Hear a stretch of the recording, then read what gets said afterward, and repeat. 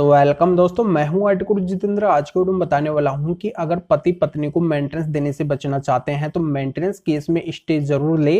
अगर स्टे ले लेते हैं तो यहाँ पे पत्नी का मेंटेनेंस जीरो भी हो सकता है या फिर उस पत्नी का मेंटेनेंस है जो बिल्कुल कम हो सकता है। तो बहुत ही महत्वपूर्ण प्रोसीजर है जो इस वीडियो के अंदर बताने वाला हूँ। हर एक पति के लगभग फायदे का वीडियो है, तो इसलिए अंत तक पूरा वीडियो देखना है। वीडियो को कहीं से भी स्किप नहीं करना है। पहले इस वीडियो को लाइक करना है, वीडियो को देखने के बाद में इस वीडियो को शेयर भी करना है। आपके इस चैनल को सब्सक्राइब नहीं किए हैं तो सब्सक्राइब करके बेल आइकन को भी दबाना है। तो चलिए शुरू करते हैं।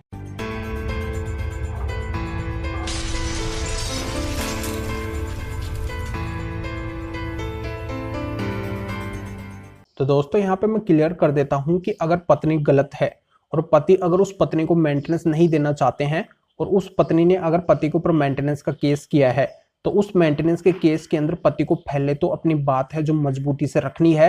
हर एक एविडेंस फैक्ट्स वगैरह है उन सभी को अच्छे से एक्सप्लेन करना है, कोर्ट के सामने रखना है और फिर यहाँ पे मेंटेनेंस देने से बचना है। फिर भी अगर पति को वहां से सक्सेस हासिल नहीं होती है, फिर भी अगर पति के ऊपर गलत तरीके से मेंटेनेंस का ऑर्डर हो जाता है तो पति को तुरंत जैसे ही मेंटेनेंस को ऑर्डर होता है तुरंत उसको चैलेंज करने के लिए उसकी रिवीजन ऊपर वाले कोर्ट के अंदर डालनी है। ऊपर वाले कोर्ट से मतलब है कि जैसे अगर फैमिली कोर्ट का ऑर्डर होता है तो उसको हाई कोर्ट में आपको चैलेंज करना है, उसकी रिवीजन है जो हाई कोर्ट के अंदर लगेगी। तो ऐसे आपको रिवीजन के अंदर जाना है और रिवीजन के अंदर अगर आप जा रहे हैं तो वहां पे आपको मजबूती से बात को रखना है। आपको ये देखना है कि पिछले कोर्ट के अंदर अपनी क्या कमी रह गई थी जिस वजह से अपने ऊपर है जो मेंटेनेंस लग गया, तो उन कमियों को आपको उस रिवीजन कोर्ट के अंदर नहीं दोहराना है। वहां पे आपको बिल्कुल मजबूती से यानी कि पहले ही आपको अच्छे से एक प्रैक्टिकली आपको पूरी तैयारी करनी होगी और उस तैयारी के आधार पे ही आपको मजबूती से अपनी बात है जो वहां पे रखनी पड़ेगी।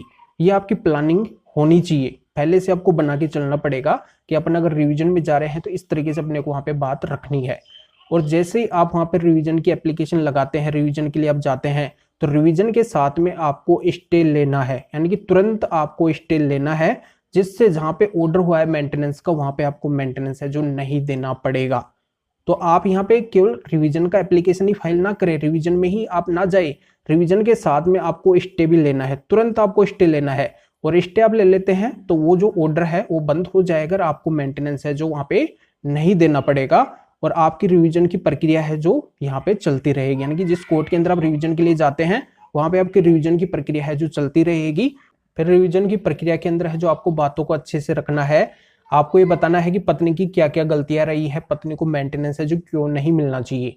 अगर पत्नी जॉब कर रही है तो जॉब से रिलेटेड वहां पे सारे एविडेंस आप रखिए कि पत्नी है जो इतनी सैलरी के ऊपर जॉब वगैरह कर रही है, ये देखो इसकी सैलरी है, ये बात है जो कोर्ट से छिपाई है। और यहाँ पे अगर पत्नी एडल्ट्री के अंदर है तो पत्नी के एडल्ट्री के जो भी सबूत है वो आपको कोर्ट के अंदर रखना है। पत्नी अगर विदाउट रीजन की अगर आपसे अलग रह रही है, आपकी अगर कोई भी गलती नहीं है, तो वो बात है जो आपको कोर्ट के सामने रखनी है। पत्नी अगर आपकी इनकम या फिर सैलरी को बढ़ा चढ़ा के दिखाई है तो आपको वहां पे सैलरी स्लिप या फिर इनकम का जो भी प्रूफ है वो कोर्ट के सामने रखना है। तो इस आधार से आप कोर्ट के सामने बात रखिए, मजबूती से अपनी बात रखिए। मेरी कोई भी बात है जो नीचे वाली कोर्ट ने नहीं सुनी है, बिना वजह से है जो मेरे ऊपर मेंटेनेंस को थोप दिया गया है, जबकि स्पष्ट तरीके से दिखाई दे रहा है कि पूरी यहाँ पे पत्नी की गलती रही है।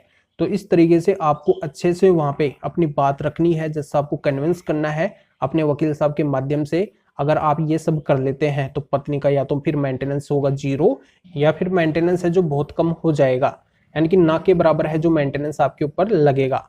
जानकारी यहाँ पे समझ में आ गई होगी तो वीडियो को जरूर लाइक करिए और शेयर भी करिए जो और लोगों तक ये जानकारी पहुंच सके, वो भी है जो इस जानकारी का पूरा फायदा उठा सके और पत्नी को मेंटेनेंस देने से है जो बच सके अगर वो पत्नी गलत है तो फिर आगे मिलेंगे आपसे नए वीडियो नए टॉपिक के साथ में।